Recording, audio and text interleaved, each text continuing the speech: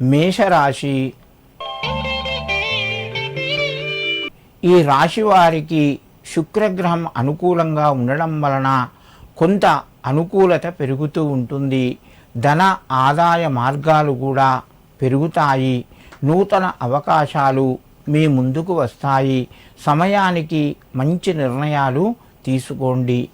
ధనలాభం ఎక్కువగా వచ్చే అవకాశాలు ఉంటాయి. తొందరపడి ఎవరితోని మాట జారకండి, హామీ ఇవ్వకండి. పనులు మెల్లగా మీరు చేసుకుంటూ వెళ్ళండి. దానివల్ల మీకు కొంత అనుకూలత పెరుగుతుంది. గౌరవ మర్యాదలు కూడా పెరుగుతాయి. కొత్త ప్రయత్నాలు మీకు అనుకూలిస్తాయి. ఉద్యోగ రంగంలో మీకు పూర్తి సహకారము పై అధికారులతోని తోటివారితోని సంపూర్ణంగా లభిస్తూ ఉంటుంది. నిరుద్యోగ ప్రయత్నాలు కొంతవరకు ఫలిస్తాయి. ఆరోగ్య సమస్యలు పరిష్కరించబడతాయి. మేషరాశి వారు ఈరోజు హనుమాన్ చాలీసాను 3 సార్లు చదువుకొని నమస్కరించండి. మీకు మరింత శుభయోగం కలుగుతూ ఉంటుంది. వృషభ రాశి. ఈ రాశి వారికి రోజు ఆర్థిక వ్యవహారాలు అనుకూలంగా ఉంటాయి. ఉద్యోగ ప్రయత్నాలు మధ్యమ స్థాయిలో వెళ్తాయి.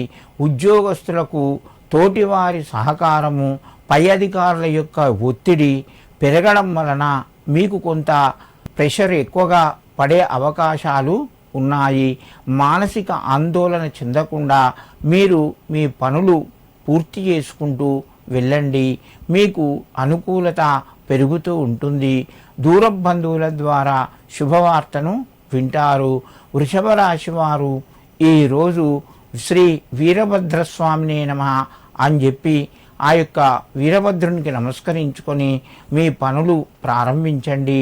మీకు మరింత శుభయోగం కలుగుతూ ఉంటుంది. మిథున రాశి.